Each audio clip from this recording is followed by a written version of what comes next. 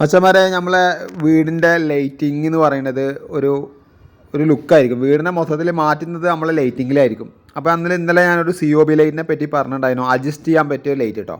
കാരണം ഈ വീഡിയോയിൽ പറയാൻ കാരണം എന്താ വെച്ച് കഴിഞ്ഞാൽ ഇവിടുത്തെ ക്ലയൻറ്റ് ലൈറ്റും കാര്യങ്ങളൊന്നും സൺസൈഡിൽ അധികം വേണ്ടെന്നാണ് പറഞ്ഞത്. അതുകൊണ്ടാണ് ഒരുപാട് കൊടുക്കായിരുന്നത്.